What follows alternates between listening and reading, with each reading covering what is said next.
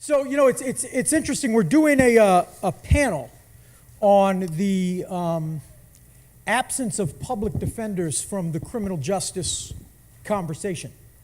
And we're at a conference. I understand about 500 people registered. And we have less than 5% here. So, but I think what's really going on is the people who aren't here are just trying to figure out which videotapes they want to watch at night that will be the most interesting that they can share with their families. And I think that's this one. But we're going to go ahead and get started. Let me just tell you who is joining me on the panel. I'm going to say some introductory remarks, and then we're going to have a little Q&A and some short presentations. But when we were putting this panel together, I really wanted to get a panel of folks who not only do work in the public defender arena, but who aren't doing it at a policy level, but rather who are really doing it on the ground, in the community, working with people who are most impacted by the criminal justice system. And so I'm really happy to have joining us today Rick Jones, who runs the Neighborhood Defender Services of Harlem, right here in New York. Mary MORIARTY, who is the head of the Hennepin County Public Defender Office in Minneapolis, Minnesota.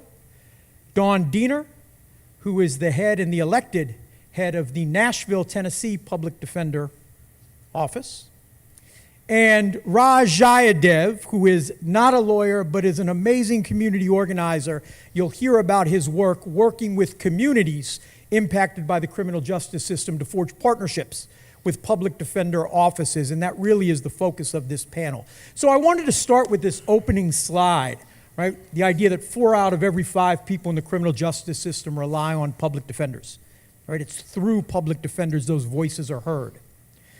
We often say at Gideon's Promise, and I'm the president of an organization called Gideon's Promise, that we can't talk about humanely policing, prosecuting, and punishing people without talking about public defenders, because it really is through public defenders that the stories of impacted communities are heard. And so I was really happy this morning to listen to the panelists talk so much about, while there is a need to do evidence-based work, we can't get away from the really important work of, and I'm going to quote Nick Turner, of thinking about the power of values and human narrative. We focus on at Gideon's Promise values and human narrative, and grooming a generation of public defenders to think about how to tell those stories and infuse the system with those values. And while we're working on thinking about how to measure our impact, measuring humanity is not quite as easy as measuring other more tangible outputs. And that really is going to be the focus of today's panel. We spent 40 years, 50 years in a world governed by a tough on crime narrative that has led us to this place. 2.3 million people incarcerated, 7 million under some form of correctional control. And that narrative, and my partner left me hanging, that narrative. So I brought my own. The executive director of Gideon's Promise is actually working the slides. So that narrative really, I think, is captured in this opening slide here of law and order. So you all probably know this, right? Let's play this. In the criminal justice system, the people are represented by 2 separate yet equally important groups: the police who investigate crime and the district attorneys who prosecute the offenders. These are their stories. Bump, bump. Right, in that tough on crime narrative, literally, what role have public defenders played? 0. Literally, public defenders have been irrelevant to the tough on crime narrative that has led us to where we are today. So thank goodness that over the last 5 years, we've moved from tough on crime, at least some of us are starting to move from tough on crime to smart on crime. And so I want to think a little bit about what role public defenders play in the smart on crime narrative, right? And as I think about that, I think 3 years ago, the Brennan Center for Justice, an amazing organization. The Brennan Center does great work in sort of thinking about criminal justice reform. And they put out a report 3 years ago called Solutions: American Leaders Speak Out on Criminal Justice. And And I waited for the report because I heard it was coming out. And as I started leafing through it, I saw 22 chapters written by people on the right, on the left, politicians, reformers. Literally, public defenders aren't mentioned. And these are allies. These are people who truly care about criminal justice reform. They care about racial justice. Quite frankly, they care very much about public defenders and appreciate public defenders, but they don't have an analysis of how public defenders are part of a larger solution. And then 2 years ago, I was watching this panel in an Atlantic Summit. It was a panel on race and justice in America. They even had a panel dedicated to the role of the court. It included my friend Adam Foss, who I saw here today, a prosecutor from Massachusetts, a federal judge, Nancy Gertner, Cyrus Vance, who's here, the DA here in Manhattan, but literally in a conversation about courts, the role of courts in addressing race and criminal justice, no mention of public defenders. I then remember as President Obama left the White House, to much of our chagrin, he left. One of the last things he did in the criminal justice arena was he wrote a law review article for the Harvard Law Review. It was, I think, close to 60 pages, law review article. It was a comprehensive discussion of all the ways we can address criminal justice reform. Public defenders weren't mentioned, and Barack Obama, I would argue, has been the president most committed to criminal justice reform. We heard this morning he was the only president to ever visit a prison. I remember a couple years ago, there was a panel at the White House. President Obama met with the chief of police from Los Angeles and a U.S. attorney from Denver to discuss criminal justice reform. And as I watched this panel, I kept hearing that Law and Order episode going on in my head, right? The criminal justice system and the criminal justice system, the people are represented by two separate yet equally important groups because there was no public defender. And so I like to think of this as a We're Not Invisible tour, right? This is how do we inject public defenders into the conversation. I want to take a pause before I get to the panelists and just recognize Kim Ball and Genevieve Citron from the Right to Counsel campaign.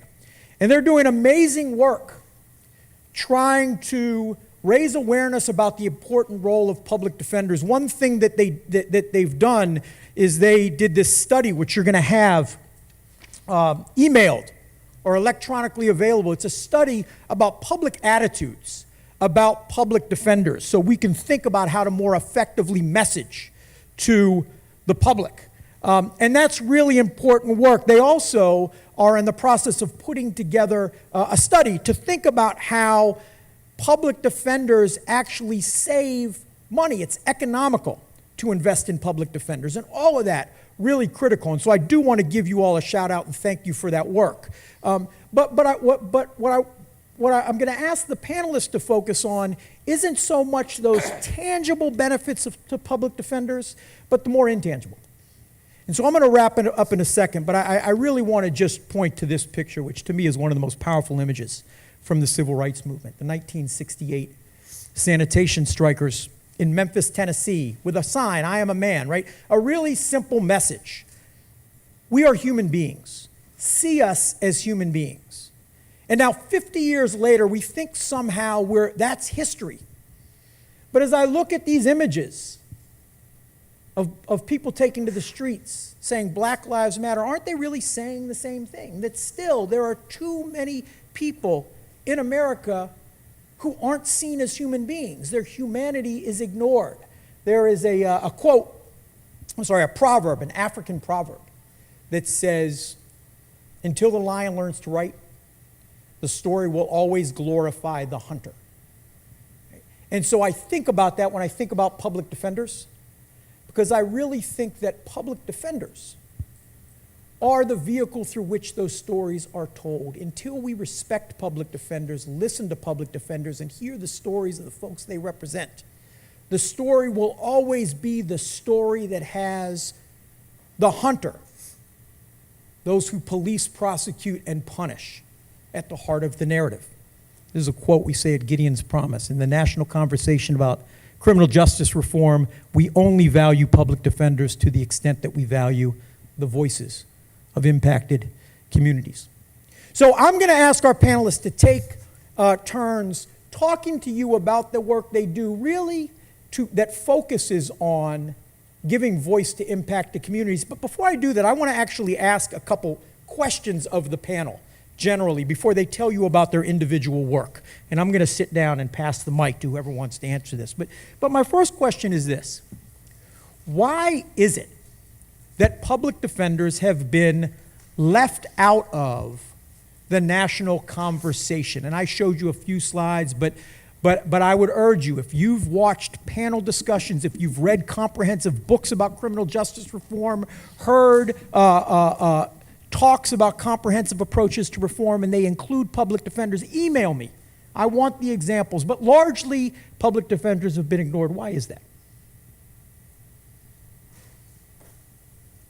Want me to start? I'm happy to start. Sure. Does this come out? Oh, sorry. So, it's not that I don't like these folks that I'm sitting so far away from them. It's that I'm not feeling great. But I'm not sure which way that cuts, because I'm a little uncomfortable. I'm a little hot, and my throat is sore. So it may make me even more frank than I might otherwise be. Exactly, right?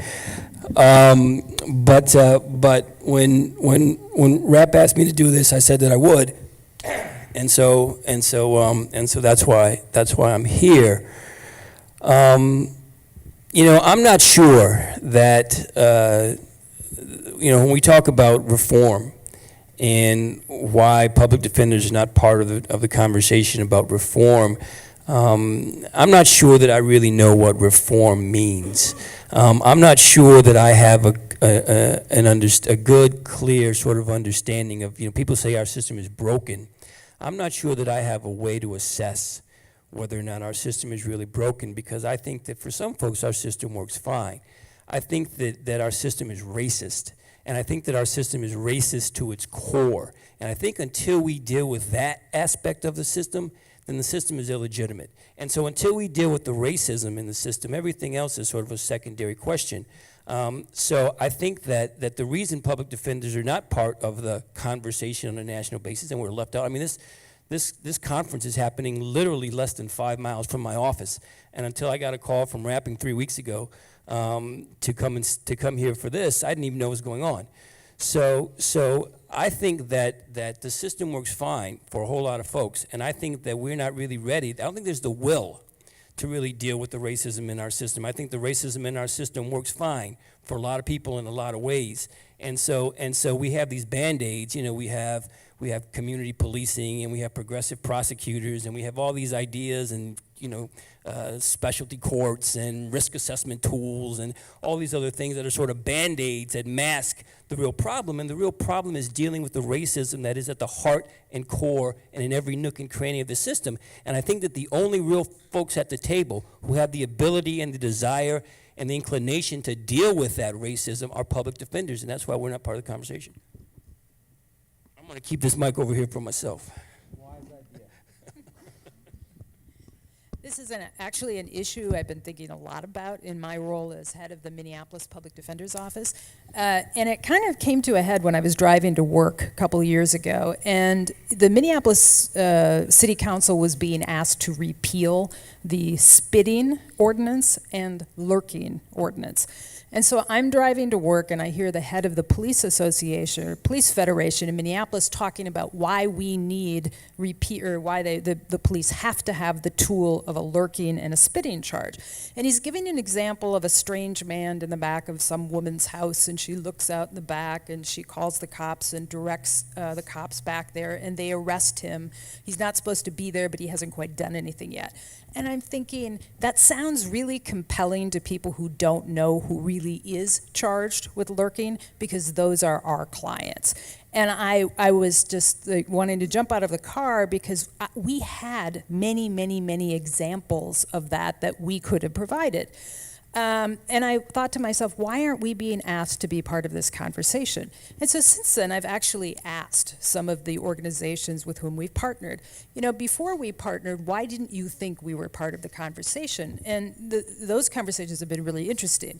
One was when we seek, one person told me, when we seek to change, we look to people that we perceive have the power to change. So we're looking at prosecutors, we're looking at judges, we're looking at cops, we're not looking at public defenders necessarily. Another issue that I see frequently is that people think they know what's best for our clients or for us. And so why do they need to ask us or our clients what they would like to see? It's a lack of community engagement. And I've got an example of that. They redid part of the courtroom where we work, and there were interview rooms for us to interview our clients. And I found out just accidentally that they were going to make them glass fish bowls. So imagine that, all of you. How would you like to meet your lawyer for the first time in a glass fish bowl where not only can everybody on the outside see you, but the judge can see you from inside the courtroom? And so when we got involved, we said, why are you doing this? And the first answer we got was, we're protecting your safety. And we said, we are not afraid of our clients. Where would you get that idea? And the other piece of it was from judges saying, we want to know that you're working. So, there was there's a lot of discussion this morning about procedural fairness. How do we think our clients see the system if they come to court and they sit in a fishbowl where everybody can see? They know they're treated differently than a client who would go to a private counsel. How do we ever hope to have legitimacy of the system if we're not treating clients as being part of the conversation? And the last piece of it is, I think sometimes people don't want us to be part of the conversation. I've heard that too. It's, you're just going to muck things up. Our position has been, better ask us now rather than later. And what do you mean we're going to muck things up? We're going to challenge the constitutionality of something you want to do? So those are, I think, are three reasons that I've dealt with commonly as to why we aren't part of the conversation. So, Suzanne, I tend to go with Rick on this one a little bit. If we think about how the right to counsel started in this country in 1963 with the Gideon decision, it wasn't because communities across this country thought it was a valuable thing to give poor people lawyers to represent them in the criminal justice system. The Supreme Court issued a mandate and said, in this country, our Constitution says everybody's entitled to a lawyer. And so the Supreme Court was telling governments across this country, you're going to have to do this. But of course, the federal government didn't provide any funding for that. The federal government didn't provide any backup for that. They didn't set out to pursue litigation against jurisdictions that didn't provide for the right to counsel in an adequate way. And so that decision came down in the era of lots of great civil rights decisions from our Supreme Court. But unlike some of those decisions, the right to counsel was never followed up on in a way that said, we're going to actually require government, local governments, to make this a mandate. And the federal government is not going to contribute anything to it. And I would submit to you, because nobody was really interested in doing that. Because the people we are talking about are poor people, are people of color, people who most people in America saw as criminals. We have a presumption of innocence in our criminal justice system, but as someone who has worked in it for 21 years, if you think that we actually have that, then you should go to a courtroom sometime and see just how much the presumption of innocence is really present there. You should think about yourself as you are riding down the road and you see somebody pulled over on the side of the road by a police officer being placed in handcuffs, and whether or not the first thing that goes through your head is, wonder what they did. We give lip service to the presumption of innocence in this country. We don't really believe in it, and we certainly don't want to pay for it. And paying for lawyers, paying for quality representation would say we value that. We don't value it in this country. And so I would say public defenders are not part of the conversation because we were never intended to be part of the conversation. And we have never been part of the conversation. The last thing I will say on it is, on this question, is that I think public defenders, in some respects, have some complicity in where we are today in terms of not being part of the conversation. The reality is that if you go to impacted communities and you ask them what they think about public defenders, you will not get a positive response. And so, what have we as public defenders done to demand to be part of the conversation? And that was a question that I had to reckon with once I became the public defender in Nashville and started really trying to navigate the disconnect between us and our clients. Yeah, I would just echo what Don was closing with, in that from my vantage point, I'd say a vantage point of coming from a perspective of movement, a movement for racial justice, a movement to end mass incarceration. Public defenders tend not to be at the organizing meetings or up until recently at the rallies or the protests.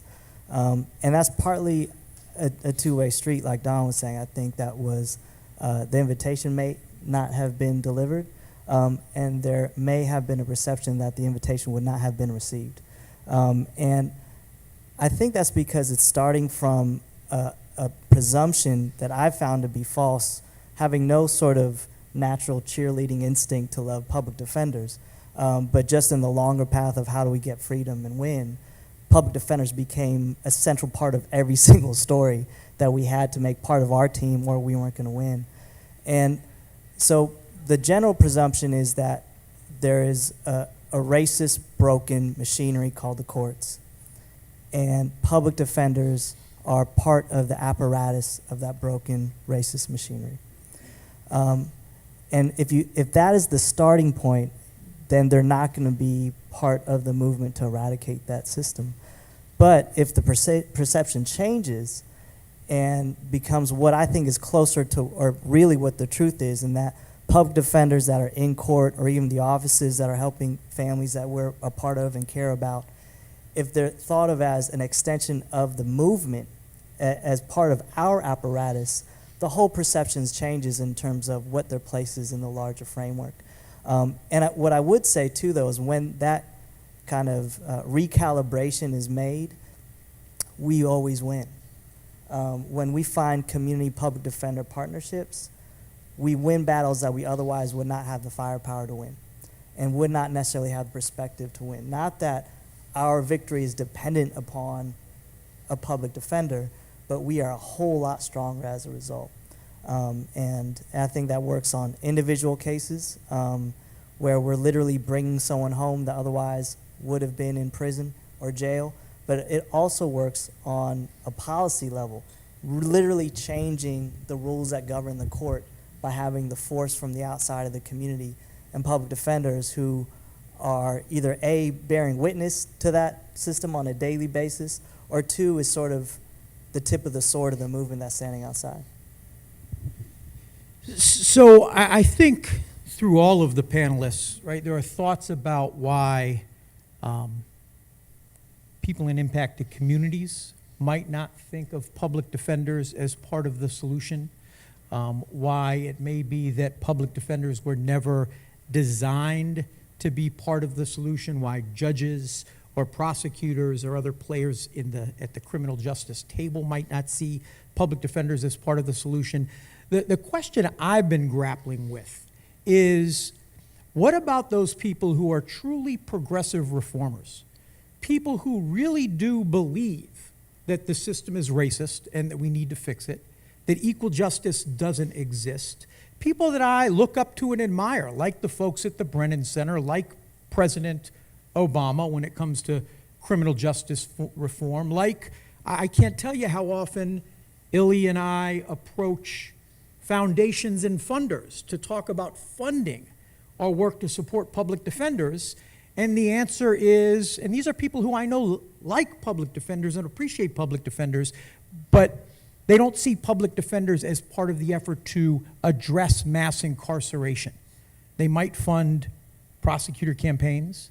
They might fund lobbying efforts to try to address sentencing reform or decarceration.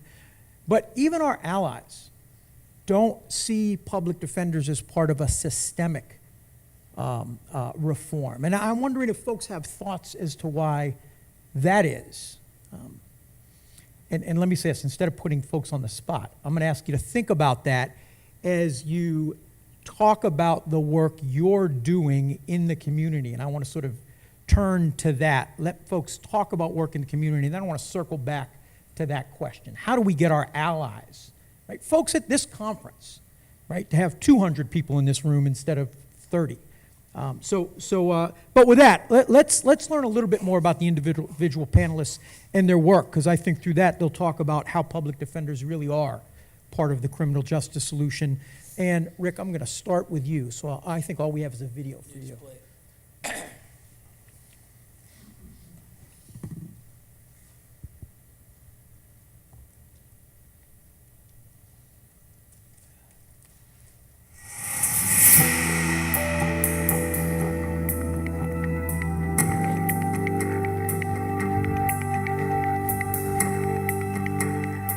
The mission of the Neighborhood Defender Service of Harlem is to make sure that the most powerless people in our society have the same representation available to them that you and I have. Good morning, Neighborhood Defender Service. How can I help you?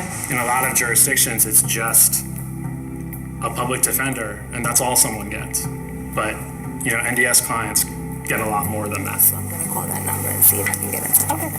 I was about to lose my home. I owe back rent, and therefore management wanted me out. Nobody wanted to take my case until I came here. No, I understand. Oftentimes for a client, yes, their criminal case is really important, but they might be more concerned about, am I going to keep my apartment? Is my family going to be able to stay there? Am I going to lose my job? We have social workers on our teams. We have parent advocates on our team. I was facing never being with my daughter again. It was something that I couldn't bear. That's where Daniel honestly helps me. He believes in me. Our system is broken in a lot of ways, and I think our clients, for reasons of class and definitely race, are finding themselves in the criminal justice system a lot more than other folks. I was facing with the rest of my life in prison. NES got involved and they appreciated me as a person. My eyes just opened like, okay, this is help. There is a huge need for the services that NDS provides. I wish we were able to take every case. NTS helped me in many ways. They referred me for domestic violence counseling. Being able to do work on behalf of people who are unfairly trapped in a system where it has a really, really big difference in terms of people's fundamental rights to be together with their families is really compelling to me. My colleagues, they're all brilliant people who could be doing many different things and could be making a lot of money. But their commitment to their clients is kind of what draws them here. I'm so deeply grateful that I have my home back. Without NDS, I wouldn't have made it. Not at all. People are better than the worst thing they've done, but that doesn't mean they're not human. NDS, for me, I would say it saved my life. Because at one point, I gave up. But NDS gave me hope. In a very, very small way, I, by my board service, have been able to do is to help NDS to bend the moral arc of the universe. I absolutely feel like I get to make a difference in people's lives.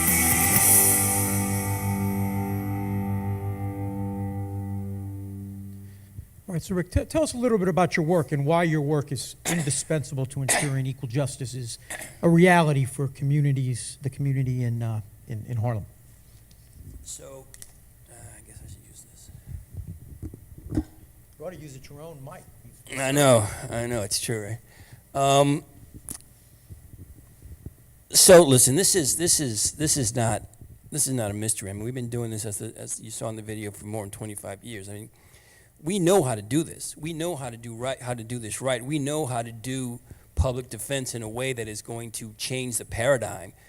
We don't invest in it, right? We get involved in cases early. We do early entry work. We get involved in cases many times before there's been an arrest. If someone suspicions they're going to be arrested because the police have been looking for them in the neighborhood or come by the house and knocked on the door looking for them, they can reach out to us and we'll intercede on their behalf with law enforcement.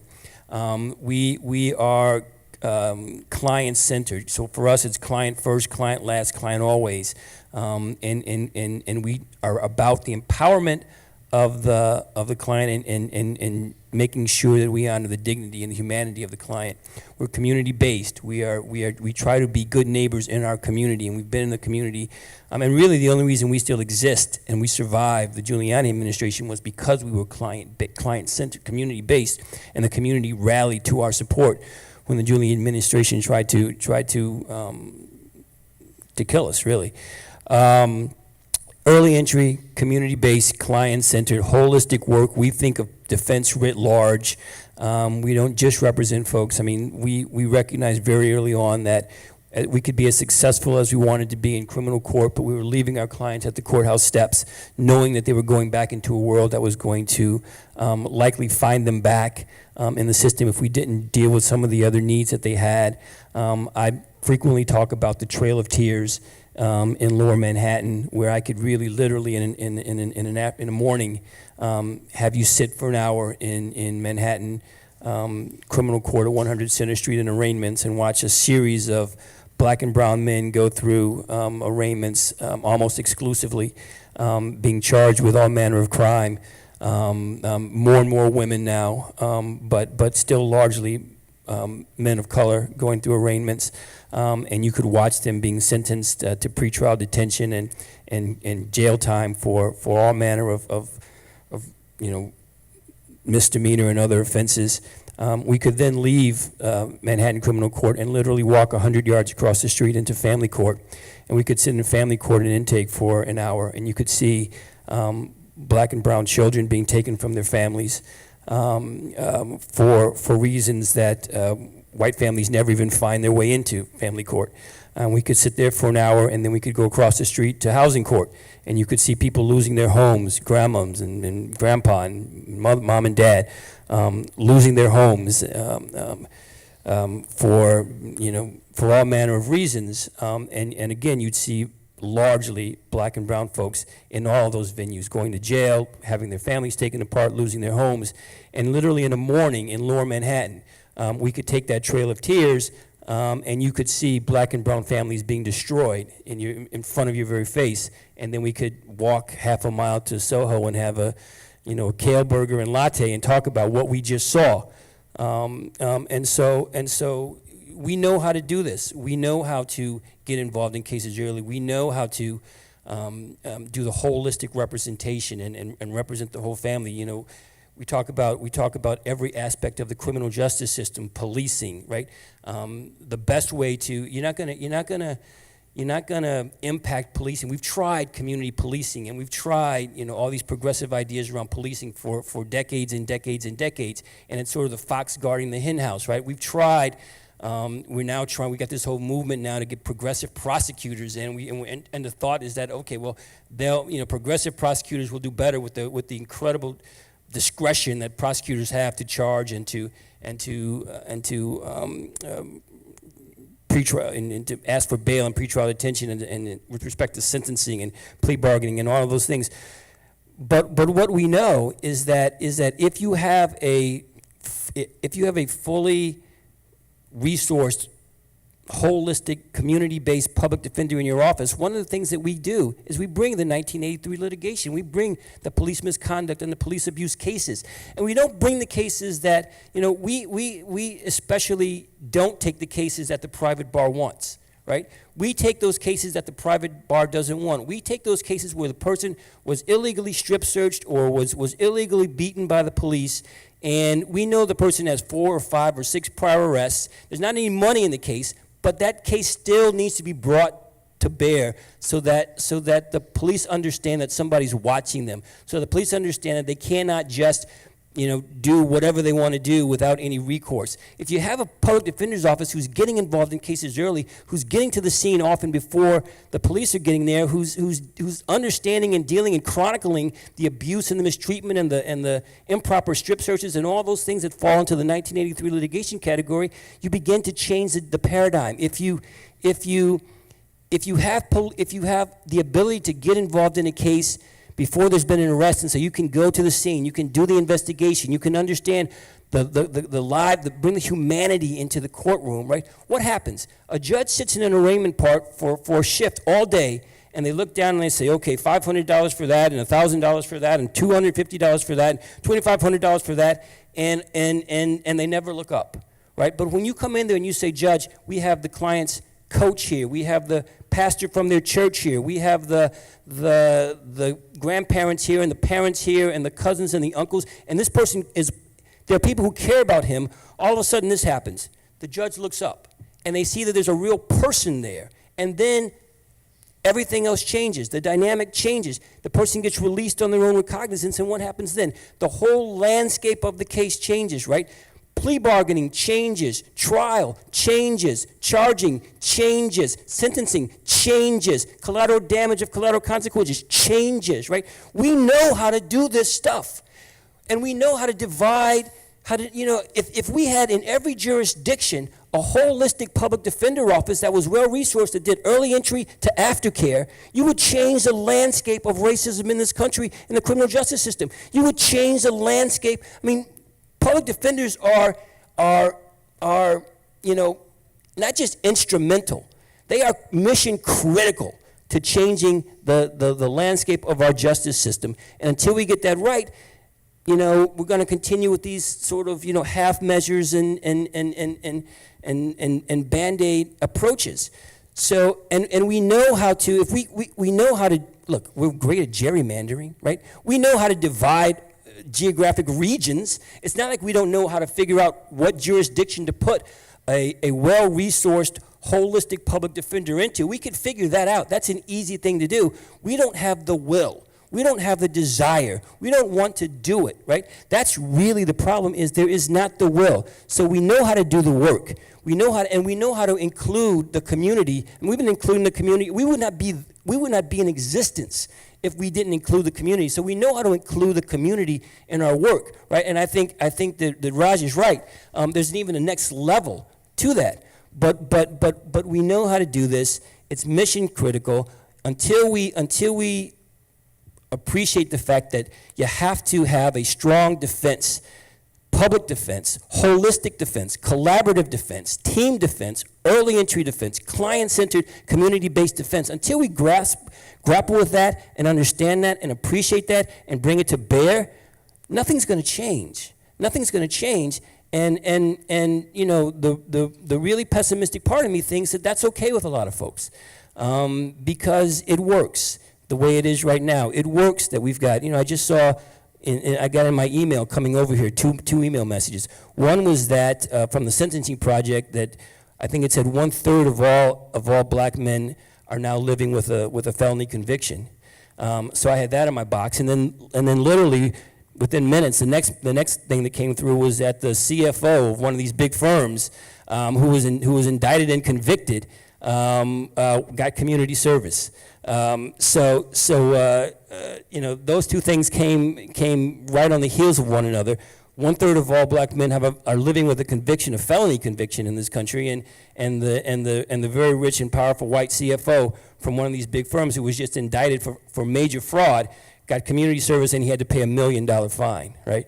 So I don't know. I mean, I could go on and on and on, but I think I'll stop. All right, let's see. Dawn. But don't think we don't know how to do this. We know how to do this. So what I want to talk about, I'm a little bit late to the game that Rick has been in for 25 years. I've been a public defender for 21 years almost. But I went into a public defender's office in Nashville, Tennessee in 1996 that was one of those offices that took pretty much every case that came through the front door, with no workload controls. And that was the culture of our office. It was a well-intentioned culture that said, we're the last line of defense. You know, these folks need help. If we don't help them, who is going to help them? The alternative to the public defender office in Nashville, Tennessee, is a private appointed counsel system that is that is run by the judges with no oversight, really, of quality or capabilities or any sort of oversight. So that was seen as a very negative alternative to the public defender's office. And so the culture in the office that I started in as a public defender was, we help everybody, and if that means we have 10 minutes to help you and represent you, then that's what you'll get. But that 10 minutes we can give you is better than whatever you would get from somebody else in the private appointed counsel system. And so that's the culture that I came up in. And when I became the public defender, and as I mentioned earlier, started thinking about, you know, we see ourselves as these like heroes who are fighting in the trenches to really help people who we see being chewed up and spit out by the system, and they don't really like us. Our clients don't really like us. They don't really think we're doing a very good job, and they certainly don't see us. They see us very much, as Raj explained, as part of the system that was chewing them up and spitting them out. And so as I had to try to come to terms with that, it took me a couple of years until I recognized that workloads was the single biggest problem that public defenders had enabled, essentially. And certainly we had enabled in Nashville by allowing the system to give individuals who are poor and charged with crimes as little as it wants to. When we decide we're going to take every case, then we're setting the bar. And if we don't stand up for what our clients are entitled to get, then who will? And so it was that light bulb going off in my head first that said we need to start implementing workload controls. And so that's what we did. At the same time, though, I also understood that the politics of that, as an elected public defender, Tennessee elects its public defenders, the politics of that were, how will that decision be received within the larger system? Where will the pushback come from that? And how do we fight against that? And I understood, eventually came to understand what Rick realized, which was, if you don't have the community with you in those difficult times, if you will not succeed. And so as we started workload controls, we also started an initiative not long after that we called Defend Nashville, which was really a community outreach effort that I want to talk a little bit about. Most people would think that as a public defender's office, as you are reducing caseloads, as we are turning clients away, and as we are telling government, we're not going to take those cases, you got to find a lawyer to appoint who's going to cost more money, that to start a community outreach initiative within your office, to create a communications coordinator position, and to start spending resources on community outreach at the same time you're declining clients, could be problematic. And it was, to some respects. And it was problematic externally, but internally as well. So when we talk about culture change, which I know Rap talks a lot about, and we heard about culture this morning too, you know, that's been a hard part as well, is dealing with internal communications and how do we talk about public defender complicity and the problems that our clients see and face in the criminal justice system without demoralizing everybody within the office. And so, I mean, what we started was the Defend Nashville campaign. And I love this little thing, because this is what everybody in the system thinks about us, right? And I must say I was a little frustrated this morning sitting there listening to some of that panel. How many of the people in the audience come from a law enforcement background? We have one. How many of you come from a prosecutor's background? Okay. So guess what? None of those people came to this panel. That's why we don't get invited to the table, because none of those people see us as relevant. None of those people care what this conversation is about. So to me, I'm sort of become really cynical in that I don't know that we're going to change any prosecutors' minds or any law enforcement minds about the relevancy of what's happening in this room. They won't even come here. And we're pitted up against justice system accountability that has all of the law enforcement folks. That's the panel that's going on right now. We're what's supposed to keep the justice system accountable, frankly. And we have been failing to do that. So how do we turn that around? As I listened to Ronald Surpass this morning talk about creative solutions to providing police officers with alternatives to arrest. Ronald Surpass was the chief of police in Nashville, Tennessee for several years. That was not the Ronald Surpass talking this morning who was in Nashville, Tennessee several years ago. And let me just say this. That's not the first time there was a conversation. This is what drives me nuts. Public defenders in Nashville have been in those rooms, have been in those criminal justice conversations for years. We have a monthly meeting with the mayor, the police chief, the district attorney, the public defender, the criminal court clerk. And the public defender in Nashville has been talking about systemic issues, including me, for a while now. We get ignored. Suddenly, when law enforcement officers and prosecutors discover that we're arresting a lot of mentally ill people and maybe we need to find some alternatives, or that money bail is a real problem for poor people in the criminal justice system, suddenly that's a great idea when they're saying it. Public defenders have been saying it for years and we've been ignored. So I'm kind of cynical that this is how we're always going to be perceived, and the more connections we can make with community, because community does have power, right? We did hear about from Eric Holder this morning about the Women's March on Washington, about the Black Lives Matter movement, right? That is, I believe, where the power is going to have to come from to start to hold people accountable. If we just sit back and wait for enlightened prosecutors and police officers, those enlightened prosecutors and police officers, I believe, are just going to bring us more of the same in a different disguise. This is what public defenders did. This is Ethel and Lucy. They did not say, slow down that conveyor belt, right?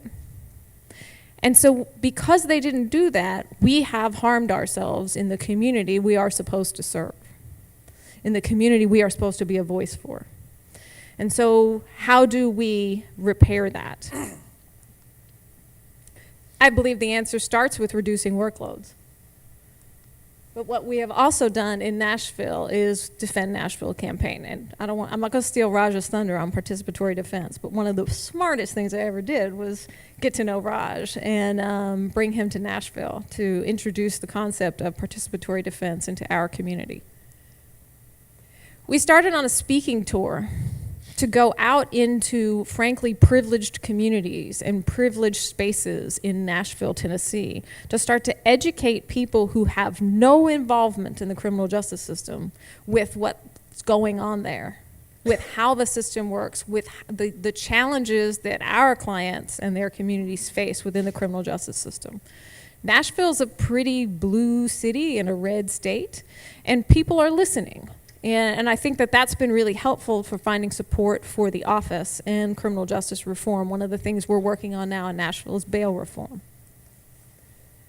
We also started a listening tour, which is where we went into client community spaces, not to speak, but to listen, to hear about people's experiences with the public defender's office, to hear from them about what were the challenges they saw. Right, and one thing I will say that I agree with Ronald Surpass on that he said this morning is it's not just about policing, and I think that's true. As a public defender's office, we have started pointing fingers at law enforcement in Nashville more publicly than we ever have before. But as we do that, we need to make sure we're looking at ourselves, and we need to make sure that we're dealing with the biases that exist in our office, with our own implicit biases. You know, we do, as Eric Holder, we all have that. So what are we doing to make sure that we're not perpetuating the same kinds of unjust practices within how we represent clients? Are we representing our clients of color the same way we represent our white clients, right? And if we're not, why not? And how do we make sure, how do we assess that? And so our listening tour was a way to hear directly from impacted community. We have a court watch program that we stole from the San Francisco Public Defender's Office, where once a month we bring members into our office. We role play with them. One of them plays the role of our client. We then take them to the courthouse in the morning, and they spend a few hours in court watching what actually happens. We are their tour guide to that. And then we come back to our office and debrief on what they had, what they experienced. And they get the chance to watch the person who's playing the role of client have to make some decisions in real world time, like frankly our clients have to. Very difficult decisions. We do that once a month, and it's been one of our most successful programs. I'm still not sure what the judges think about this. And then it's sharing our stories. So talking more about what we as public defenders do, so that we can perhaps explain to our clients sort of how we got to be where we are. What we have found is that when we invite clients into things like Court Watch, when we do our listening stops and we can have a dialogue a little bit about the challenges we face with workloads, there comes to be mutual understanding such that clients start to say, okay, well maybe we need to give you all a break too, and maybe learn a little bit about the challenges you face as you learn about us. So this is I stole this from Raj.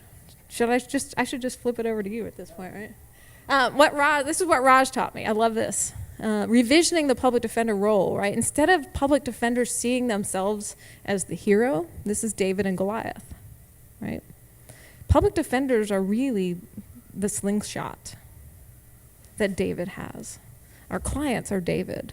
The strength and power lies in our clients and needs to lie in our clients.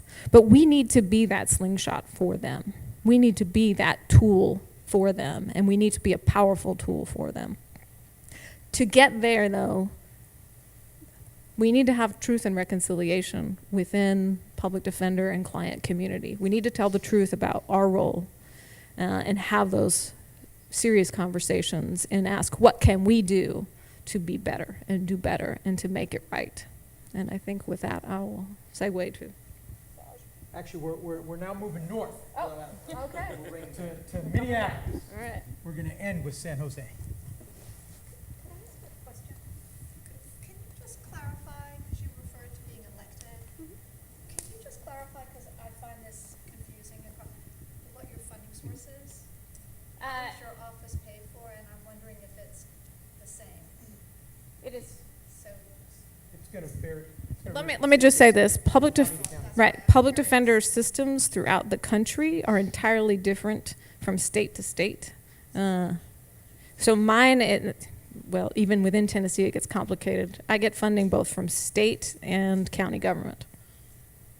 your whole office. Yes. So it's just the leader of your office who's elected, and then that person. Yes. Sorry. There's only 2 states that elect public defenders, Florida and Tennessee. Which should tell you that's a bad idea. Only 2 states are doing it. So, Mary, I put this in there because I thought it was great. Go ahead. So I'm appointed, by the way. I've been chief public defender for 3 years. I've been a public defender for 27 years in Minneapolis. We are a traditional public defender's office in that we're appointed to our clients. Last year, we represented clients on 45,000 cases. We have social workers, we have investigators, we have money to hire experts, we do expungements, we consider ourselves very holistic. But to me, and we've litigated a number, I could give you an example of litigating massage parlor stings. We convinced the court to find a couple of them unconstitutional, and we stopped the Minneapolis Police Department from doing those. But all of that really, in my mind, is not about criminal justice reform. And I think one of the questions we need to talk about here is, how do we keep people out of the system? Because once they get in the system, Okay, we do great. We get acquittals all the time. We get suppressions, but that doesn't help them because they've already been in the system. They've already been arrested. They may have been held without bail. So what do public defenders do or can do that help with criminal justice reform? So I think about that a lot, and since a couple of years ago, I have invited myself to every conversation I can find, and our office does that as well. So what does that mean on a day-to-day basis? So this, I wasn't going to talk about, but I realized it might be somewhat important. So we get this award from a community group about our work in immigration. And does that mean know your rights on weekends? Yes, our office did that. But it includes something that's going on right now. Our sheriff in Hennepin County has for years said, I do not honor ICE holds. But we discovered that he asks all of our clients where they were born. And then he hands that information over to ICE. He invites ICE into the jail, sticks a phone in clients' faces and says, here, would you like to talk to ICE? We discovered that by virtue of him handing over, and if a client says I was not born here, he handed that over to ICE agents. We were the only ones who were aware of that in the entire city. And so we brought that, I met with the sheriff to try to convince him that that was a bad idea. We realized that by virtue of the fact he was doing that, it was allowing ICE to track those clients in our court computer system and know what court dates they had. So ICE was hanging around the courthouse, nabbing people right and left. So I went to the sheriff. He was not interested in what I had to say. I went to county commissioners. I went to city councilors. Just recently, I think it was last week, one of our city council members in Minneapolis announced that he wants the city to review the contract with the Hennepin County Jail because of what the sheriff is doing. One of our congressmen, whom I went to law school with, Keith Ellison, made a congressional inquiry into what the sheriff is doing. The county commissioners are considering some kind of resolution to see if they can stop him from doing this. My point here is this. There have also been a couple of articles in the paper. None of that would have happened but for the fact that we heard from our clients what was going on and we figured out how all of this was working. We provided that information to all these people who had the power to make decisions about it. And I think eventually we're going to get a solution that will keep clients out of ICE's hands, which would be huge. So that's a role we can play in criminal justice reform. The next slide here, I know I was going to go back. It was actually Serpis this morning that I think mentioned Hennepin County and the idea of mentally ill clients going to jail. We actually have, as part of our adult detention initiative in the county, a committee called the Behavioral Health Initiative. That's actually what he was talking about this morning, and I am the chair of that committee because I volunteered myself into it and somehow got appointed to be chair. We are about to launch and we can't decide the name of it, is it a triage center or a drop-off center, where police officers can bring people who are having mental health issues who don't meet hospital criteria for commitment, but the cops don't want to take them to jail. We're about to launch that. So the police can take people to this mental health triage center. We have made an agreement with the city attorney's office so that those clients will never be charged. Okay? So imagine that. Instead of, and I will say the police office, Minneapolis Police Department has been great about this. So instead of those clients coming into the jail and eventually being charged, they're not going to be charged. And to me, that's the idea, true criminal justice reform, when you can keep people from coming into the system. So as part of our adult detention initiative, we co-sponsored what was called this Misdemeanor Warrant Forgiveness Day. The idea was if you had an outstanding misdemeanor warrant, you could walk into a community center. We made sure it was at a community center, not in the court, and you could get your warrant quashed. And we would try to take care of the case. I met everybody at the front door here. And I will never forget, one of the first people I met said, "Is this a trap?" And I said, what do you mean? And he said, am I going to get arrested? And I said, no, we're here to help you. And he said, government isn't here to help. And I said, well, it's not my idea of government. We are here to help you. And he said, if you are here to help, this could be a game changer for people in the community. Our office helped out over 150 clients that day. We followed up. There were actually 100 clients who signed up who didn't show up, I think because they were afraid, but we followed up with them. The NAACP had to go into the parking lot and coax people from behind trees to come in because they were afraid they were going to be arrested. But here's what I wanted to say about this. There was a woman that we steered towards the newspaper. And she got a plane ticket from Arizona to fly up to participate in Warrant Forgiveness Day. She was the first one in line, and when she came through the door and found out that this was a real thing, she burst into tears. And she talked to us about how she had a warrant for no insurance for her motor vehicle and suspended license, and for 3 years, she couldn't get a job with benefits. She had children. She was always afraid that she was going to get pulled over by the police, and then what was going to happen to her kids? They'd end up in St. Joe's home or something like that. And so she was talking about how awful it was just to have this misdemeanor warrant. And we were able to take care of that warrant for her. This letter is from a woman who participated in Misdemeanor Warrant Forgiveness Day. And if you can't see it, it's just great. This is probably the most beneficial thing that has happened to me this year. I don't have to wonder anymore. Worry about if I'll be separated from my child is gone. I am not a career criminal. I am a single mother who made a mistake, and now I am free to move forward fearlessly, able to use my voice. So as part of this, as part of the Adult Detention Initiative, we at the Public Defender's Office were able to work with other, and I hate this term, but this is how we're referred to, justice partners, to talk about how do we keep people from getting bench warrants in the system. We were able to convince the court system to pilot a project where they sent out electronic notices to clients about court dates.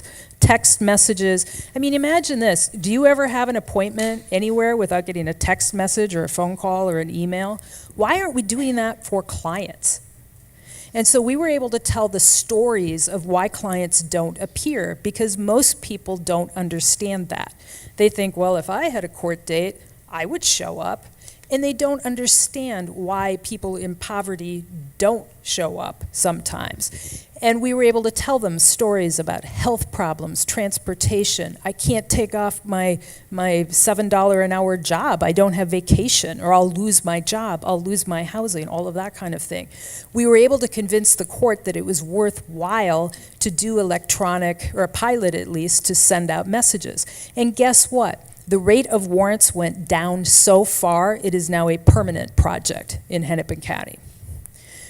We were able to convince the Minneapolis City Attorney and the Minneapolis Police Department and the courts to do something called sign and release. So if you missed your court date on a misdemeanor, on certain types of offenses, when a police officer interacted with you, you could sign a form and the police officer would give you a different date, so you wouldn't get a warrant.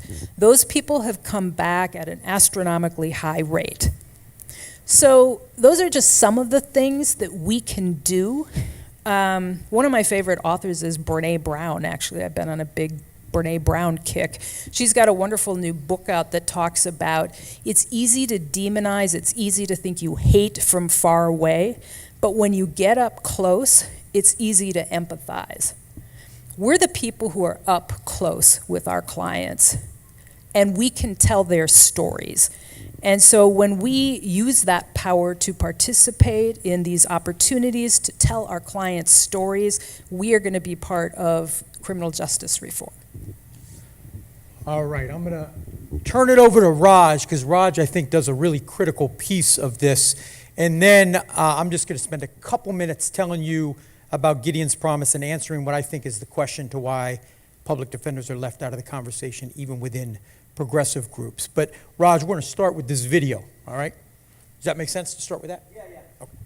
Yeah, just hit. You're seeing two clips of two different videos. Both are from the Bay Area and about the partnerships of a public defender and a community. One on an individual case and one on a... Christian was accused of premeditated attempted murder with a gang enhancement and a great bodily injury enhancement.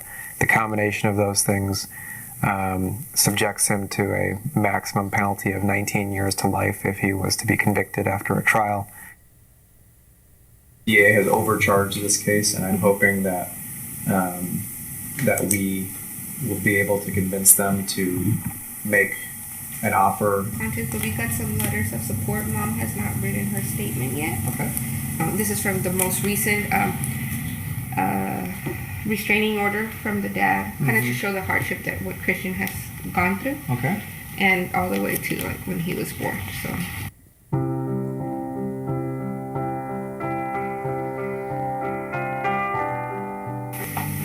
Worried about is not being able to be with my family, losing a lot of precious years that I won't be able to get back. The bits that I have gotten to know, I can connect with. He described wanting to be kind of the man of his house. It's kind of similar to my upbringing. My dad passed away when I was 16. I'm the third youngest brother of three brothers in my family, and so I've connected with him in that way because I, like him, felt similar pressures to kind of grow up faster than I really wanted to or should have, and I think that's what Christian was kind of grappling with before he got arrested.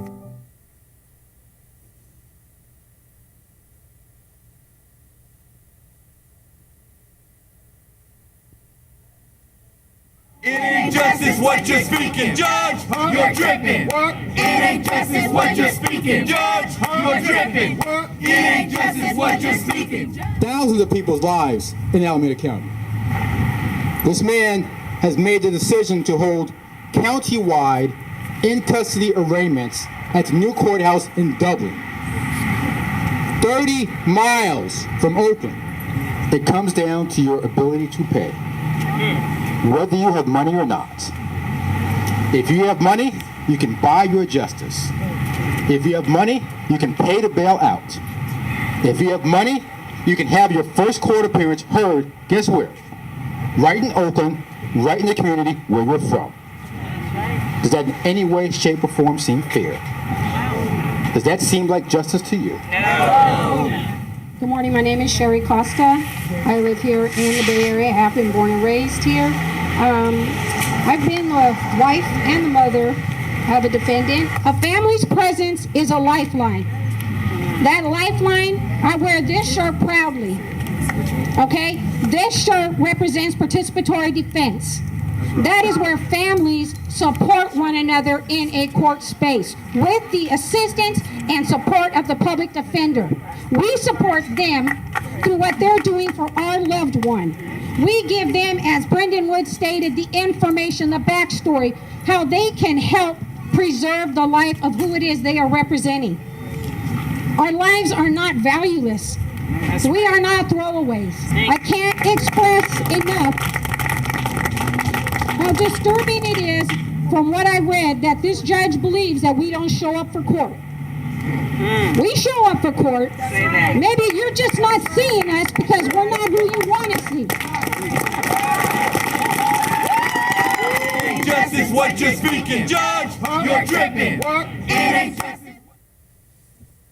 So yeah, we wanted to show a couple examples of what community and public defender partnerships could look like, not just in the sense of the process or for the sake of it, but what the end result is. And so the first case was of a Christian, a young man, and his mom, Vero, who were a part of the Debug community, and Christian is facing a life sentence because before Proposition 57 in California, prosecutors could direct file juveniles as young as 14 as adults. And so at the most critical moment in Christian and Vero's life, they really had to lean on a new family member, which was their public defender, Sajid. And we had talked about this, and I think we've alluded to it throughout a lot of our conversations, in that partnership is arguably the most anxiety-filled and highest-stake relationship someone's ever going to have. And it certainly was the case with Christian and Vero. But you notice it was also the same for Sajid. And so I said earlier, I'm not a public defender. I didn't come here because I'm inherently a public defender cheerleader. I arrived at it after looking at what our end result really ultimately is. And our end result is we want people free and home and not incarcerated.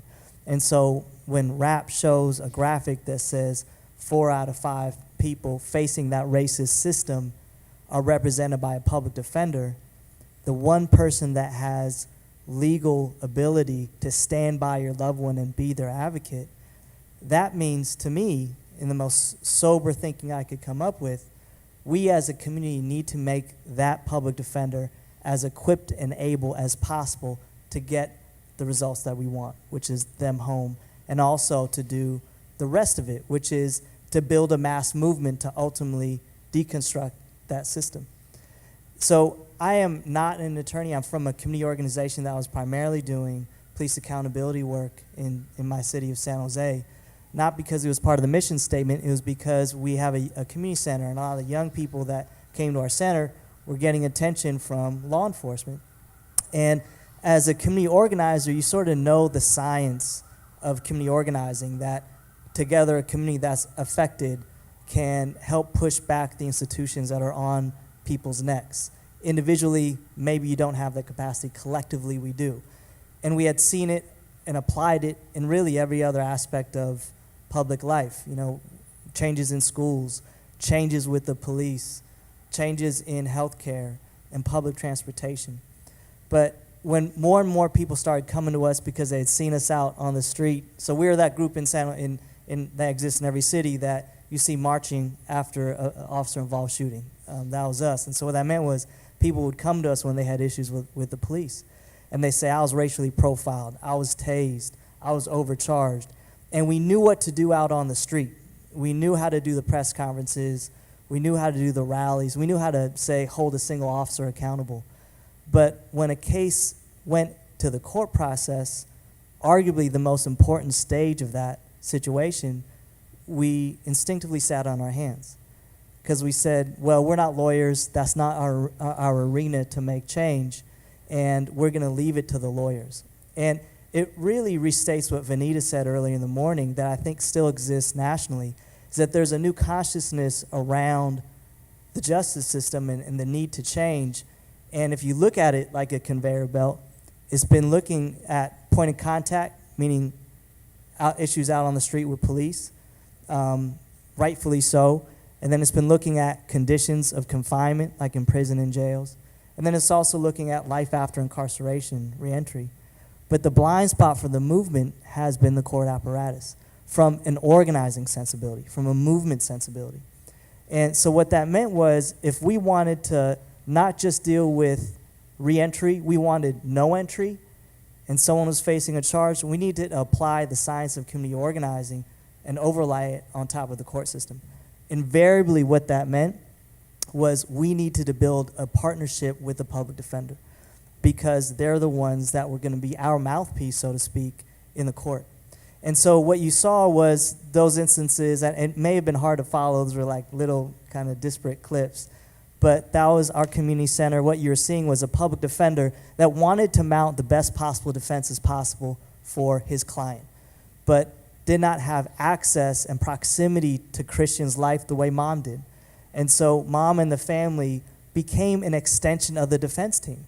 They gathered and collated all that information of his past, of his parents' history, of medical issues, of educational issues, of future prospects, reviewed discovery as well, and helped with the defense prep.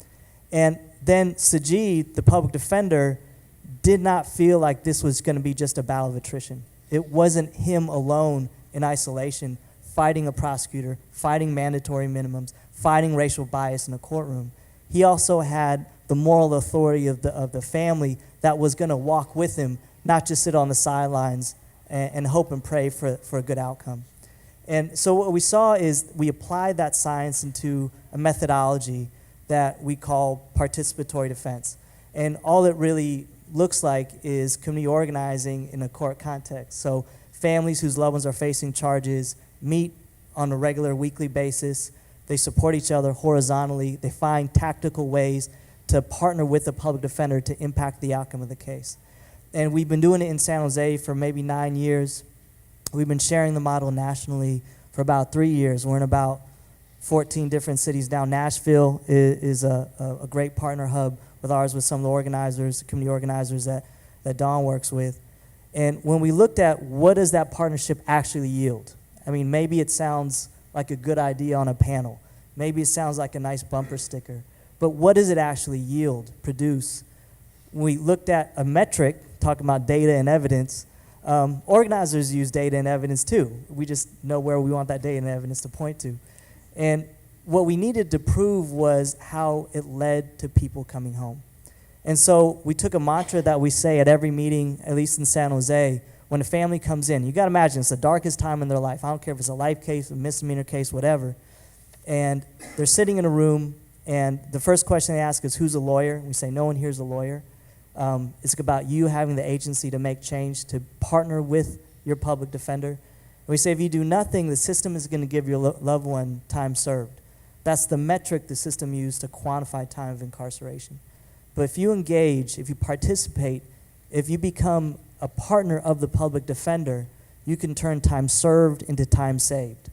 Instead of that 5 years incarcerated, that's 5 years of them home, then going to college, then living their life, them not dealing with reentry. And so what we did is we started totaling our time saved numbers.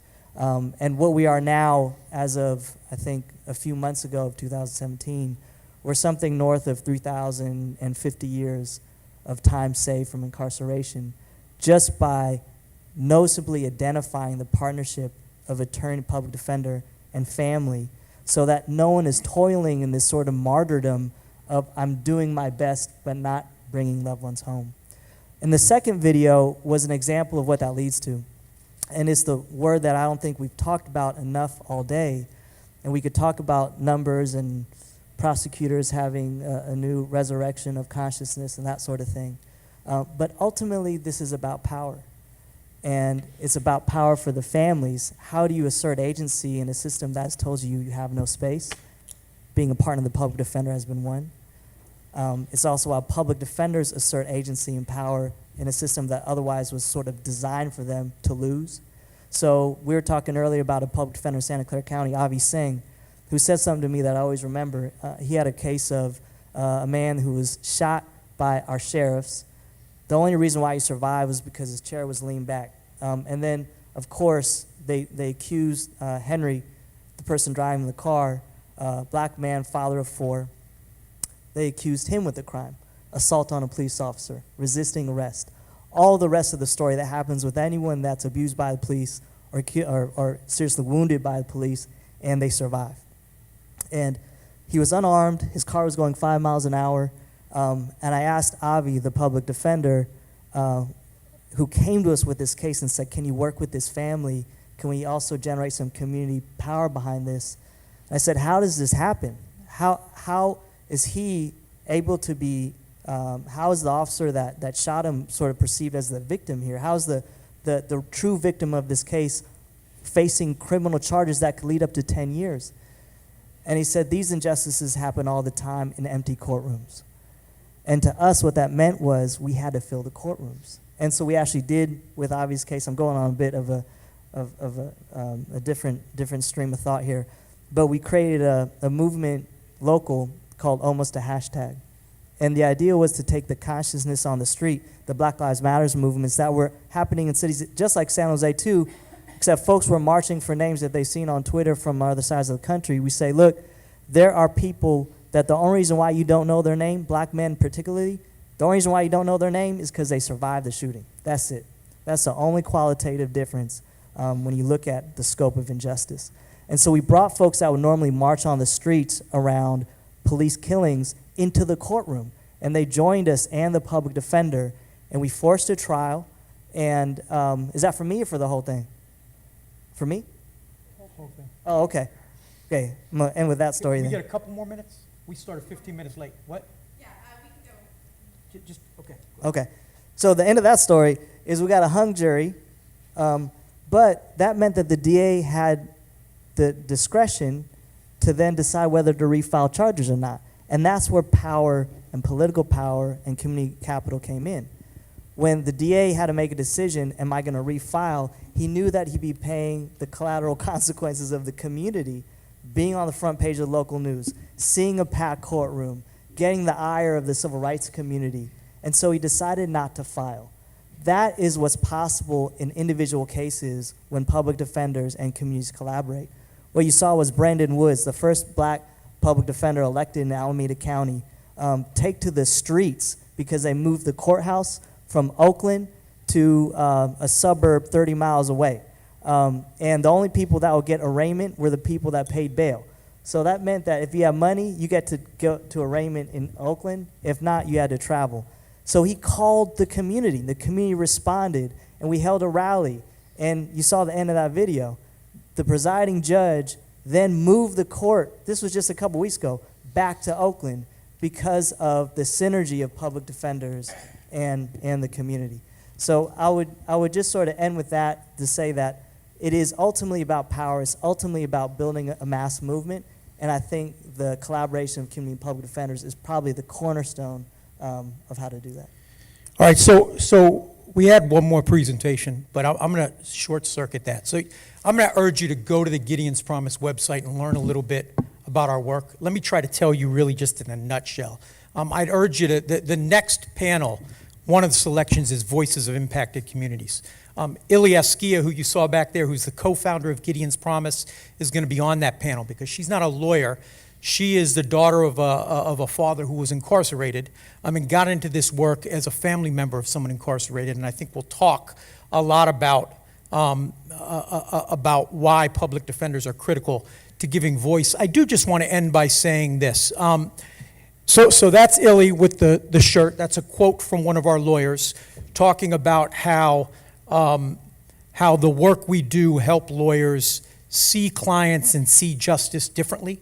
What Gideon's Promise is a movement now of over 40 public defender offices, largely across the South, but across the country. And not only are we training lawyers to be better lawyers in the most broken systems, but we're building a movement to transform the culture of criminal justice. And so I think what we learned this morning, and this wasn't true when we started doing this 10 years ago, is finally people are starting to recognize that the most important issue to deal with in criminal justice is culture.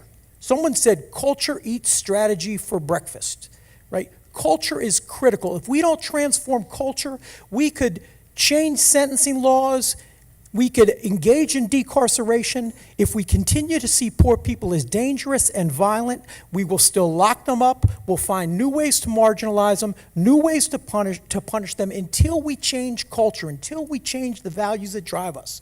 We won't have justice reform. That we're starting to get as a community.